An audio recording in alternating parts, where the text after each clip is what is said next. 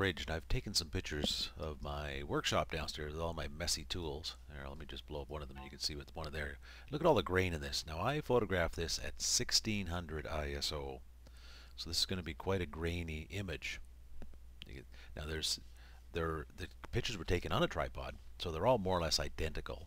And the way I'm going to bring these into Photoshop is to, there you can see the grain on the picture there. Look at the grain in there.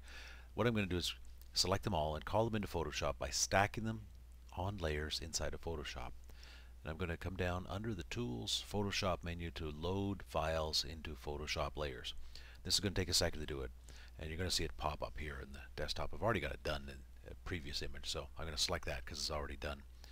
So here it is loading in, and it's going to take a second to load in. I'll wait for this to finish, and then I'll select the ones I've already loaded in, and I'll show you why, because I'm trying to save some time here. Well, let me see if I can. No, I have to wait for it to go. So all these are going to stack up on layers.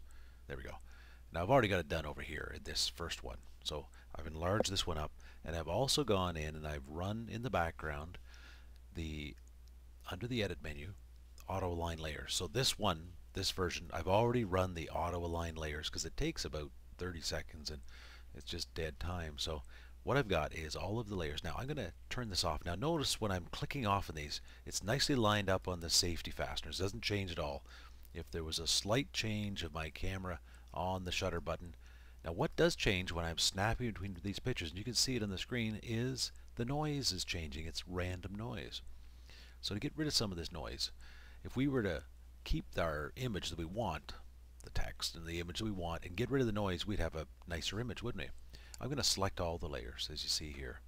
Come to the flyout menu, and I'm going to convert this into a smart object. Now a smart object is a layer that collapses all those we had selected, and now we have a sort of an editable layer. Now it hasn't changed a thing, it's still identical. But I want to come into the edit menu. Oh, sorry, the image menu. I want to come into the no, I don't. I want to go into the layers menu. I go into the layers menu under the smart objects, because this is now a smart object, and I'm going to come down to the stack mode. And in the stack mode we can do some blending of what is in our stack, our smart object stack. And some of these work fine, but try the mean one. This is an average. And what it's going to do is it's going to average out the noise in the pictures. So the things that we should have in the picture, like the black text and the images we want, because they're the same in all the images and they don't change, they're going to be reinforced. They're going to stay there. The noise changes between every frame because it's random. And the noise isn't in all the shots. So we're going to average out the noise. Watch what happens when this snaps in just here in a second.